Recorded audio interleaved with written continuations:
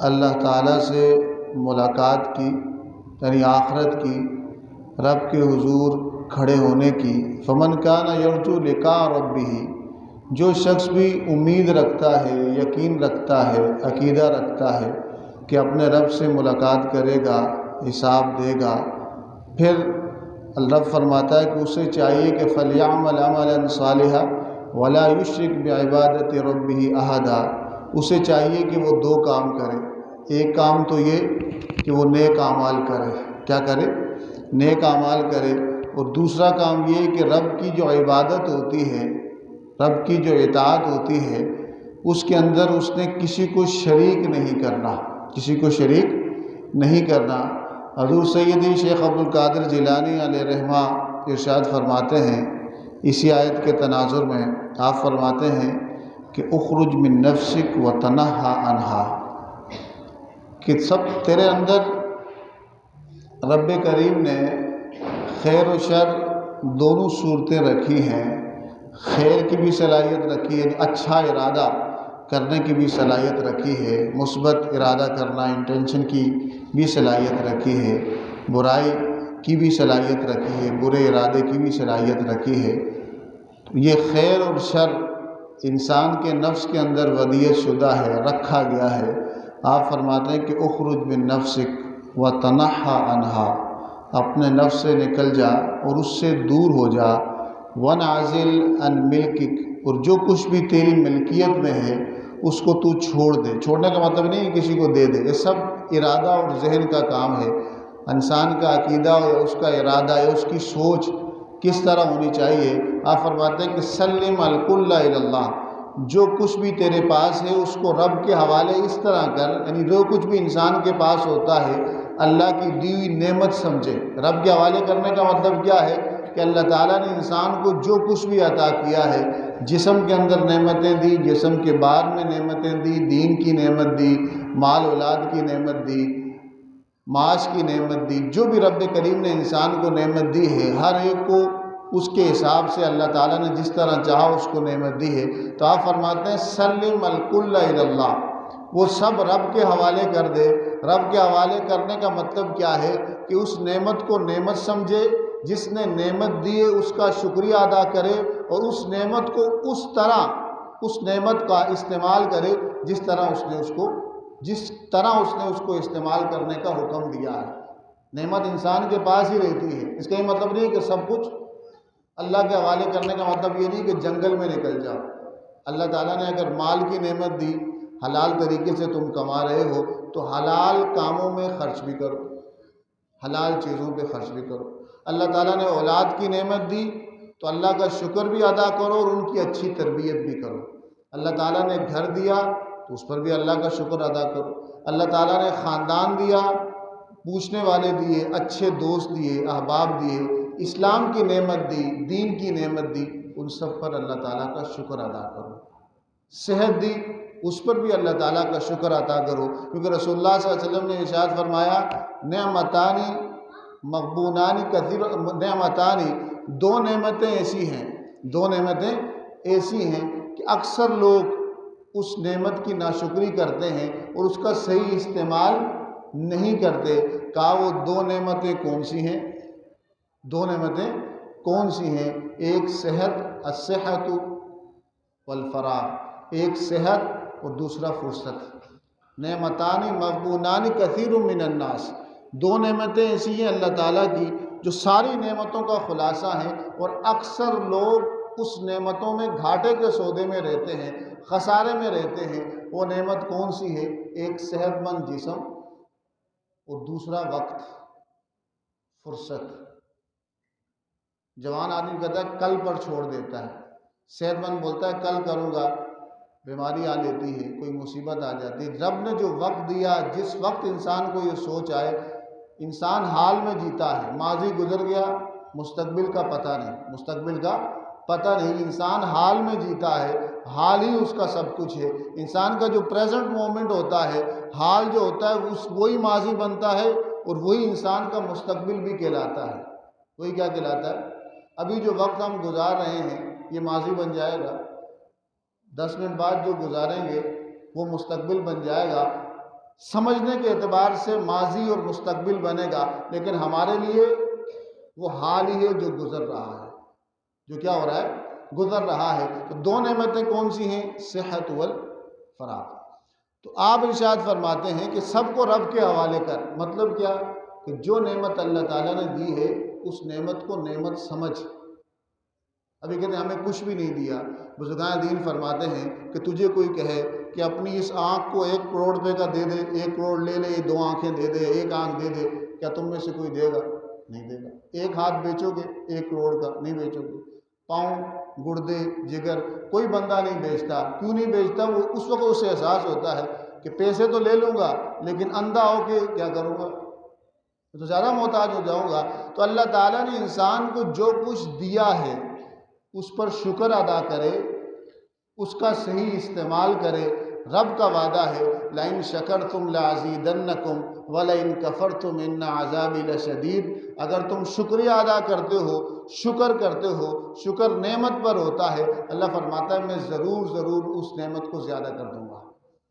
بزرگان دین فرماتے ہیں کوئی شخص یہ چاہتا ہے کہ اللہ تعالیٰ کی دی ہوئی نعمت ختم نہ ہو، دی ہوئی نعمت ختم نہ ہو، تو بزرگان دین فرماتے ہیں کہ اسے چاہیے کہ اس نعمت کا شکر ادا کرنا شروع کر دے۔ ایک شکر کی کیفیت زبان سے ہے، دوسرا عمل سے ہے۔ دوسرا زبان سے اللہ تعالیٰ کا شکر ادا کرے، اللہ تیرا شکر ہے، اللہم لک الحمد والشکر، اللہ تیرا شکر ہے، تو نے مجھے یہ نعمت عطا کی۔ ایک ایک نعمت کا جب ہم اللہ تعالیٰ کا شکر ادا کرتے ہیں تو اللہ تعالیٰ اس نعمت میں برکت ڈال دیتا ہے۔ کیا ڈال دیتا ہے؟ برکت ڈال دیتا ہے۔ آپ فرماتے ہیں فَكُنْ بَوَّابَهُ عَلَى بَابِ قَلْبِكَ وَامْتَثِلْ أَمْرَهُ فِي إِدْخَالِ مَن يَأْمُرُكَ بِإِدْخَالِهِ وَانْتَهِ بِنَهْيِهِ فِي سَدِّ مَا يَأْمُرُكَ بِسَدِّهِ۔ تو آپ فرماتے ہیں تو اپنے دل کا چوکیدار بن جا، اپنے دل کے دروازے پر کیا بن جا۔ ہم دوسروں کی ٹوں میں لگے رہتے ہیں کہ دوسرا کیا کر رہا ہے، وہ کیا سوچ رہا ہے، اس نے یہ عمل کیا، اس میں اس کی نیت کیا تھی۔ تم نے اس کی نیت کیسے جان لی؟ تم نے اس کے بارے میں، تم اپنی نیت جان سکتے ہو، اپنے ارادے کو جان سکتے ہو۔ کہتے ہیں فَكُنْ بَوَّابَهُ عَلَى بَابِ قَلْبِكَ، اپنے دل کے دروازے پر تو بواب بن جا، چوکیدار بن جا۔ کیا بن جا؟ چوکیدار بن جا کہ تیرے دل میں خیالات جو آ رہے ہیں یہ کیسے ہیں، اچھے ہیں یا برے ہیں۔ کسی شخص کو اچھی حالت میں دیکھ کر تو کیسا محسوس کرتا ہے؟ اپنے دوست کو، اپنے چاچا زاد کو، ماموں زاد کو، کزن کو، بھائی کو خوشی میں دیکھ کر، زیادہ مال میں دیکھ کر، زیادہ نعمتوں میں دیکھ کر تو کیسا محسوس کرتا ہے؟ اچھا محسوس کرتا ہے یا دل میں تھوڑا جھٹکا سا لگتا ہے، تھوڑی جلن سی محسوس ہوتی ہے، تھوڑی چبھن سی محسوس ہوتی ہے؟ دل کہتا ہے کیوں؟ یہ غیر اختیاری چیز ہے۔ کیا ہے؟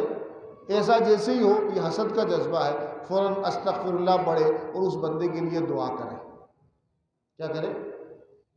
صوفیہ فرماتے ہیں اس کا فائدہ یہ ہوگا کہ جو جذبہ غلط پیدا ہوا تھا وہ بھی ختم ہو جائے گا، ثواب بھی ملے گا، اللہ تعالیٰ نے اس کو تو دیا ہی ہے، تمہیں بھی عطا کرے گا۔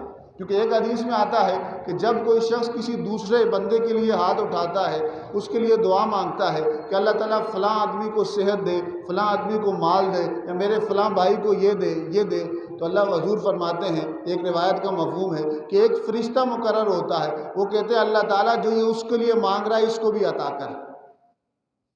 فرشتے کی دعا تو قبول ہوگی نا، جو رب نے مقرر کیا ہے۔ جو کس نے مقرر کیا ہے؟ رب نے مقرر کیا ہے۔ تو کہا کہ فَكُنْ بَوَّابَهُ عَلَى قَلْبِ عَلَى بَابِ قَلْبِكَ، اپنے دل کے دروازے پر تو بواب بن جا۔ کیا بن جا؟ چوکیدار بن جا، اور جس کام کا رب نے حکم دیا اس کو کرنے کی کوشش کر، جس سے منع کیا اس سے روکنے کی کوشش کر۔ فَلَا تُدْخِلْ الْهَوَىٰ قَلْبَكَ بَعْدَ أَنْ أَخْرَجَ مِنْهُ، جب رب کریم نے تجھے یہ آگاہی دے دی، یہ شعور دے دیا کہ سب سے بڑا شعور کیا ہے انسان کے اندر، کہ اسے احساس ہو جائے کہ میرے ذہن میں غلط ارادہ آ رہا ہے۔ ایک بندے کو اگر پتہ چل جائے کہ میں بیمار ہوں تو وہ کیا کر لے گا؟ علاج کروائے گا، صحت مند ہو جائے گا۔ کیا ہو جائے گا؟ اور ایک بندہ اپنی بیماری کو صحت سمجھے وہ کبھی سدھر۔ ایک بندہ اگر گناہ کو گناہ سمجھتا ہے، برائی کو برائی سمجھتا ہے، ہو گئی اس سے، لیکن برائی کو برائی سمجھتا ہے، برائی کو پر شرمندگی محسوس کرتا ہے، کہ وہ سمجھ لے کہ اس کے دل میں ایمان موجود ہے۔ فرمایا کہ مومن وہ ہے کہ جس کے دل کے اندر برائی کرتے ہوئے کیا ہو، شرمندگی ہو، گھبراہٹ محسوس ہو۔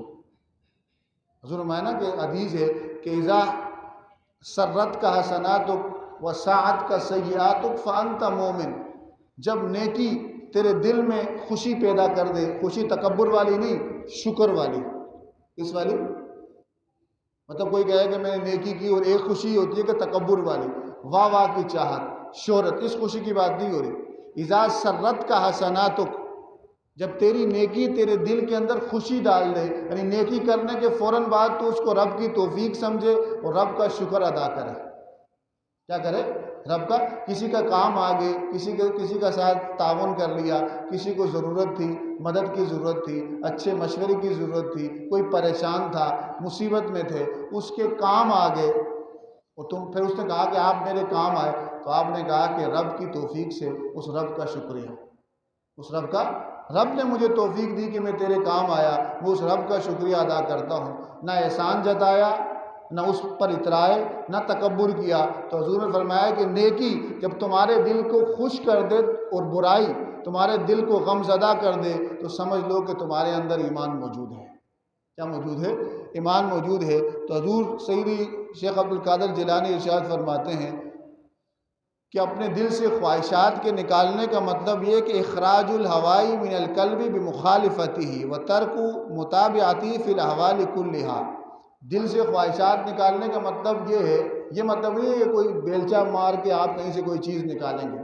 خواہشات نکالنے کا مطلب یہ ہے کہ انسان کے اندر جب کوئی خواہش پیدا ہو تو اس خواہش کو پر فوراً عمل نہ کرے، لیکن بلکہ کیا کر لے، پہلے غور و فکر کر لیں۔ جس طرح انسان راہ چلتے ہوئے اسے کوئی چیز اچھی لگ جائے تو فوراً خرید نہیں جاتا، پہلے کہاں دیکھتا ہے؟ جیب میں دیکھتا ہے، پیسے ہیں کہ نہیں، پیسے ہیں کہ، سوچتا ہے کہ نہیں سوچتا؟ کوئی بھی چیز پرچیز کرنے سے پہلے، خریدنے سے پہلے اس کو اس کی ضرورت بھی ہو، چاہت بھی ہو، لیکن خریدنے سے پہلے کیا دیکھتا ہے کہ جیب میں گنجائش ہے کہ نہیں، افورڈیبل ہے کہ نہیں، پرچیزیبل ہے کہ نہیں، خرید سکتا ہوں کہ نہیں خرید سکتا۔ سوچتے ہیں کہ نہیں سوچتے؟ یکدم تو نہیں جائے گے چھاپا مار لیتے یا چوری کر لیتے یا اٹھا لیتے۔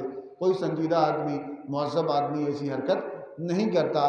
تو رب بھی ہم سے یہ چاہتا ہے کہ انسان کے اندر جو ارادے کی قوت ہے، جو خواہشات کا رب کریم نے ایک نظام رکھا ہے، خواہشات آئیں کوئی پرابلم نہیں، لیکن خواہشات پر جب عمل کی باری آئے، ارادے کی باری آئے، تو کہا کہ پہلے سوچ لو۔ کیا کرو؟ پہلے کیا کرو؟ سوچ لو، آیا اس خواہش سے میری رب تو مجھ سے ناراض نہیں ہو جائے گا؟ کیا میں غافلوں میں شمار تو نہیں ہوں گا؟ کیا میں قیامت والے دن اس کا حساب دے سکوں گا؟ کیا قبر میں اس کا حساب دے سکوں گا؟ کیا اللہ اور اس کے رسول کی مخالفت تو نہیں ہو رہی؟ تو اگر وہ دیکھے کہ خواہش جو ہے یہ غلط ہے، یہ گناہ والی ہے، حرام ہے، تو اسے چھوڑنے کی کوشش کرے۔ کیا کرے؟ چھوڑے، نہ کرے۔ اگر ہو جائے تو فوراً توبہ کرے، ہو جائے تو فوراً توبہ کرے۔ تو فرماتے ہیں کہ دل کے اندر رب کی اطاعت کو ڈالنا، رب کی محبت کو ڈالنا، اور اپنی خواہشات، ان خواہشوں پہ عمل نہیں کرنا، ان خواہشوں پر جس سے دین انکار کرتا ہو، جس سے دین منع کرتا ہو۔ کہتے ہیں کہ اگر تم اپنی خواہشوں پہ عمل کرو گے تو یہ بھی ایک شرک خفی ہوگا۔ کیا ہوگا؟ شرک خفی ہوگا، جس کے بارے میں رب کریم ارشاد فرماتا ہے قرآن مجید میں، افرأیت من اتخذ الہہ ہواہ، کیا آپ نے اس بندے کو دیکھا جس نے اپنی خواہش کو اپنا خدا بنا دیا؟ کیا بنا دیا؟ خواہش کو اپنا خدا بنا دیا۔ وہ اپنی خواہش پر چلتا ہے، اپنی من کی چاہت پر چلتا ہے۔ انسان کا دل چاہتا ہے اگر وہ اللہ کے احکام یا رسول کے احکام کے موافق ہو تو اس پہ اللہ کا شکر ادا کرے، اگر موافق نہ ہو، دل پھر بھی چاہ رہا ہے تو صبر کرے، برداشت کرنے کی کوشش کرے۔ یہ دوسرا اسٹیپ ہے۔ تیسرا کیا ہے کہ بالفرض ہو گیا تو فوراً توبہ کرے، خوش نہ ہو، بتائے نہ، گواہ نہ بنائے گناہ پر۔ جسے فرمایا کہ کل امت معافی الا المجاہرین۔ ایک روایت میں آتا ہے کہ حضور نے فرمایا کہ میری امت کو اللہ تعالیٰ معاف کرے گا اس کے گناہوں پر اگر وہ توبہ کریں گے، تو سوائے اس بندے کے جو مجاہر ہو۔ کہا یا رسول اللہ مجاہر کون ہوتا ہے؟ کہا گناہ کرنے کے بعد اس پر اترائے، تکبر کرے، لوگوں کو بتائے، اب وہ گناہ پر گواہ بنا رہا ہے کہ میں نے رب کی نافرمانی کی اور مجھے کوئی فرق نہیں پڑتا. فرق تو بہت پڑے گا. جو رب کھلا رہا ہے، پلا رہا ہے، دکھا رہا ہے، چلا رہا ہے، اس سے ناراضگی کے بعد یا دشمنی کے بعد انسان میں رہ کیا جاتا ہے؟ کچھ بھی نہیں رہ جاتا. تو بندہ توبہ کرے. آپ فرماتے ہیں لیس الشرک عبادت الاصنام فحسب بل ہوا مطابعت کا ہواک. شرک نہیں، یہ نہیں ہے صرف کہ انسان بت کی پوجا کرے، وہ بھی شرک ہے. کا ایک شرک خفی ہوتا ہے، چھپا ہوا شرک ہوتا ہے. قیامت والا دن جو ظاہر کیا جائے گا کہ تیری یہ عبادت قبول اس وجہ سے نہیں ہے کہ اس میں ریاکاری تھی، اس میں دکھاوا تھا، رب قبول نہیں کرے گا. کہا وہ تیرا اپنی خواہشات پر چلنا ہے شریعت کے مقابلے میں. اس کے مقابلے میں آپ جا رہے ہیں، آپ کو کھانے کا دل چاہ رہا ہے، کھا لیں، حلال کھانا کہیں منع کرے گا نہیں. شریعت کے مقابلے میں، اس کے مقابلے میں جہاں شریعت نے آپ کو اجازت دی ہے، اختیار دیا ہے، مباحات کا دائرہ کار ہے، وہاں آپ جو چاہیں کریں، جو چاہیں کھائیں، شریعت اس سے منع نہیں کرتی. تو آپ فرماتے ہیں کہ فَإِذَا رَكَنْتَ إِلَىٰ غَيْرِهِ فَقَدْ أَشْرَكْتَ بِهِ عَزَّ وَجَلَّ غَيْرَهُ فَاعْزِرْ وَلَا تَرْكُنْ وَخِفْ وَلَا تَأْمَنْ فَتِّشْ وَلَا تَغْفَلْ فَتَطْمَئِنَّ. تو آپ فرماتے ہیں، جملے بڑے پیارے استعمال کیے. آپ فرماتے ہیں کہ جب تو کسی ایسی چیز کی طرف مائل ہو جائے جو شریعت کے مخالف میں ہو تو یہ شرک خفی کہلاتا ہے. ایسا کام کرنے سے ڈر. کیا کر؟ فاضر، ڈر. ولا ترکن، مائل مت ہو. وخف ولا تامن، خوف کر، امن میں نہ ہو. یہ تو گھڑے میں پاؤں ڈالنا ہے، اندھے کنویں کے اندر گرنے کے مترادف ہے. یہ تو کانٹوں کے اندر اپنے ہاتھ ڈالنے کے مترادف ہے. یہ تو زہر کھانے کے مترادف ہے. فتش ولا تغفل فتطمئن. ہر کام کرنے سے پہلے خوب غور و فکر کر لے، خوب غور و فکر کر لے.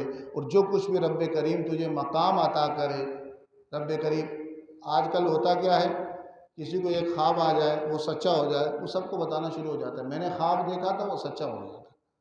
میں نے یہ دعا پڑھی، میری دعا قبول ہو گئی. تو نے پڑھی، اللہ سے مانگی، اللہ نے قبول کر لی، لوگوں کو بتانے کی ضرورت. خواب آیا سچا، پوچھ کے تھوڑی آیا تھا. پوچھ کے آیا ہوتا تو بتاتا. تجھ سے پوچھ کے خواب آیا ہو کہ میں آ رہا ہوں، پھر آپ بھلے بتاتے پھرتے. تو کوئی بھی نعمت خواب معبر کو بتا سکتے ہیں جو اس کی تعبیر طلب ہو، تعبیر جس سے پوچھنی ہو. دعا قبول ہو گئی، آج ایک قبول ہوئی، آپ چرچا کر رہے ہیں، کل نہیں ہوئی تو پھر کیا کریں گے؟ یہ کوئی معیار تھوڑی ہے رب کے ساتھ تعلق کا.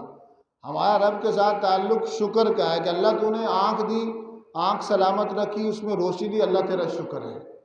کان دیے، کان میں سننے کی طاقت دی، اللہ تیرا شکر ہے. منہ دیا، بولنے کی طاقت دی، اللہ تیرا شکر ہے. کتنے ایسے لوگ ہیں ان کی ایک آنکھ نہیں، کسی کی دو آنکھ نہیں، کسی کا کان نہیں، کوئی بول نہیں سکتا، کوئی چل نہیں سکتا، کوئی پھر نہیں سکتا، کوئی بیمار ہے، کوئی کھا نہیں سکتا. اللہ نے کتنی نعمتیں عطا کی. شکر ہے عبادت. بدلہ نہیں کہ ہم عبادت کریں کہ اللہ ہمیں کچھ دے، وہ نہ بھی دے، اتنا کچھ تو پہلے ہی دیا ہوا اس نے. سب سے بڑی نعمت تو ہمیں اسلام کی دی، حقیقت کی آشنائی کی دی. سب سے بڑی کائنات کی سچائی کہ انسان کو اپنے بارے میں پتہ چل گیا کہ وہ کیا ہے، اس کی حقیقت کیا ہے، اس کی زندگی کا کون سا پیریڈ چل رہا ہے، مرنے کے بعد کیا ہوگا، اس کائنات کو بنانے والا کون ہے، کیسا ہے، اس کی شان اور عظمت کیا ہے. یہ بہت بڑی نعمت ہے جو بن بٹھائے، بغیر محنت کیے اللہ تعالیٰ نے ہمیں بچپن میں ہی عطا کر دی. جو لوگ مسلمان نہیں ہوتے، وہ اسلام کی طرف جب آتے ہیں انہیں کتنی محنت کرنی پڑتی ہے اس سچائی تک پہنچنے کے لیے، کتنی ٹینشن اٹھانی پڑتی ہے. پہنچتے وہ بھی یہی ہیں، لا الہ الا اللہ وحدہ لا شریک لہ، یہاں تک ہی پہنچتے ہیں، لا شریک لہ تک ہی پہنچتے ہیں، اسی حقیقت تک پہنچتے ہیں. لیکن ایک مسلمان کے گھر میں پیدا ہو جانا یہ اللہ کی بہت بڑی نعمت ہے. اس نعمت کی قدر یہ ہے کہ اسلام کو سیکھیں، دین کو پڑھیں، قرآن کو سمجھیں، قرآن کی تفسیر پڑھیں. تو آپ فرماتے ہیں کہ دعویٰ نہ کر، جو اللہ تعالیٰ دے، جو مقام بھی دے، کل یوم ہوا فی شان، رب کریم کی ہر روز ایک نئی شان ہے، بتانے کی ضرورت نہیں. یہ تیرے رب کا معاملہ ہے، یہ تیرے رب کے ساتھ تعلق ہے. یہ تعلق مخفی رہے تو اچھا ہے، مخفی رہے تو. آپ اللہ سے کب مانگتے ہیں، کس طرح مانگتے ہیں، صبح مانگیں، شام کو مانگیں، جو چاہیں مانگیں. حضور نے فرمایا تیرے جوتوں کا تسمہ بھی اگر ٹوٹ جائے تو رب کریم کو رب سے مانگ. جوتوں کا تسمہ تو بندہ موچی سے سلوائے گا یا خود ٹھیک کرے گا، لیکن کہا کہ تو رب کو بتا کہ اللہ تو نے دیا تھا، تیرا شکریہ، اب دوبارہ میں کوشش کر رہا ہوں تدبیر کر کے، تیری دی ہوئی طاقت سے میں دوبارہ اس کو سلواؤں گا، تیری دی ہوئی طاقت سے. اللہ تیرا اس پر بھی شکریہ. اللہ تعالیٰ کے ساتھ یہ زندہ تعلق ہوتا ہے. اپنے ہر لمحے میں اللہ تعالیٰ کو شامل رکھنا، رب سے بات کرنا ہر لمحے۔ حضور نے فرمایا کہ تم رب کی حفاظت کرو، رب تمہاری احفظ اللہ یا حفظ کا، احفظ اللہ تجدہ تجاہک۔ رب کی ہم حفاظت تو نہیں کر سکتے، اللہ حفاظت سے پاک ذات ہے، وہ حافظ و حفیظ، رقیب و وکیل تو اللہ ہے، ساری کائنات کا محافظ وہ ہے، لیکن کہا کہ تو رب کے احکام کی حفاظت کر، اس کے ذکر کی حفاظت کر، دعا کے ذریعے اس کی حفاظت میں آ جا، اللہ تجھے بھی تیری حفاظت کرے گا۔ یہاں فرمایا کہ رب کی حفاظت کر، دعا کے ذریعے رب کو پکار، ذکر کے ذریعے رب کو پکار، اپنی چھوٹی چھوٹی باتیں اپنے رب سے شیئر کر، رب کو بتا، تجدہ تجاہک۔ فرمایا کہ تو رب کی قوت اور طاقت کو اپنے سامنے پائے گا۔ کیا پائے گا؟ اپنے سامنے پائے گا۔ تو بات کیا کر رہا تھا کہ انسان کے اپنے اوپر ہے، انسان کے اپنے اوپر ہے کہ وہ اللہ تعالیٰ سے تعلق رکھنے کی کیسی کوشش کرتا ہے۔ اگر ہم سرسری رکھیں، غفلت والا رکھیں، جان چھڑائی والا رکھیں، رٹی رٹائی دعاؤں والا رکھیں، ایک ہوتی ہیں دعائیں معصورہ جو قرآن و حدیث میں ہیں، اگر آپ بغیر سمجھے اس دعا مانگتے ہیں ثواب ملتا ہے، اگر سمجھ کے مانگتے ہیں اور ساتھ اپنی زبان میں مانگتے ہیں تو اس کا ثواب بھی ملتا ہے، جو مانگا وہ بھی عطا ہوتا ہے۔ کیا ہوتا ہے؟ وہ بھی عطا ہوتا ہے۔ تو حضور سیدی شیخ عبد القادر جیلانی علیہ رحمہ اپنی اس کتاب میں یہی ارشاد فرماتے ہیں کہ تو نے اگر اپنے آپ کو چینج کرنا ہے، اب نیا سال شروع ہو گیا، پورے سال کیا کریں گے؟ ہر بندہ کہہ رہا ہے یہ کریں گے، یہ کریں گے۔ بات ساری یہ ہے کہ آپ کیا کریں گے؟ آپ اپنے آپ کو بدل لیں، سب کچھ بدل جائے گا۔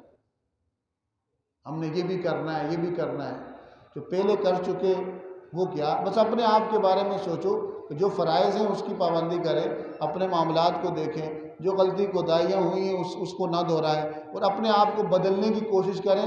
ہم بھی بدل جائیں گے، زمانہ بھی بدل جائے گا، دوست یار بھی بدل جائیں گے، ہم نہ بدلے تو کوئی چیز نہیں بدلے گی۔ انسان اپنی فکر کرے، کو انفسکم و اہلیکم نارا پہ عمل کرے تو اللہ تعالیٰ اس کی کوشش کرنے والا جو بھی شخص ہوتا ہے، محنت کرنے والا جو بھی شخص ہوتا ہے، اللہ تعالیٰ اس کو برکت سے نوازتا ہے، عنایت سے نوازتا ہے۔ اللہ تعالیٰ ہم سب کو حضور سیدی شیخ عبد القادر جیلانی علیہ رحمہ کی تعلیمات پر عمل کرنے کی توفیق نصیب فرمائے۔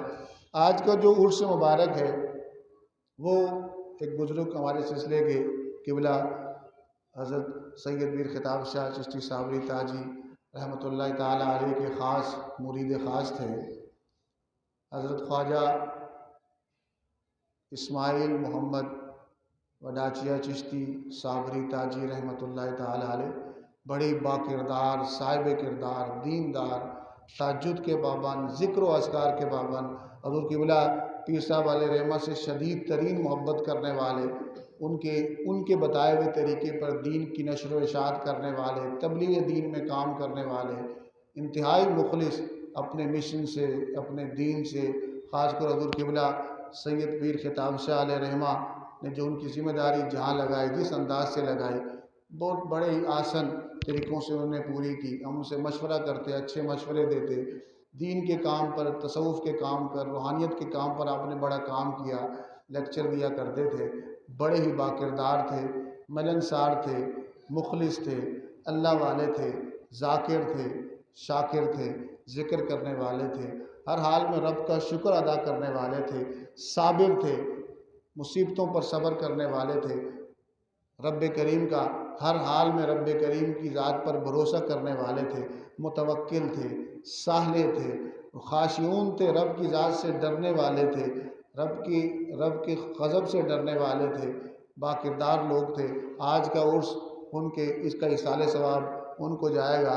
حضرت ہمیں اللہ تعالیٰ سے دعا کرتے ہیں کہ رب کریم حضرت خواجہ اسماعیل احمد چشتی صابری تاجی رحمۃ اللہ تعالیٰ علیہ کو غریق رحمت فرمائے، درجات کو بلند فرمائے، تقصیرات کو معاف فرمائے، جنت الفردوس میں اعلیٰ مقام نصیب فرمائے، اور ان نے جو دین کی ترویج و اشاعت کی، تبلیغ دین کا کام کیا، اللہ تعالیٰ اس میں مزید برکتیں عطا فرمائے، اور ہمیں بھی اپنی بساط کے مطابق کوشش کرنے کی توفیق نصیب فرمائے، جو کچھ سنا اس پر عمل کرنے، حدود تک پہنچانے کی توفیق نصیب فرمائے۔ وما علیہ الا البلاغ المبین۔ ذکر کا طریقہ تو آپ کو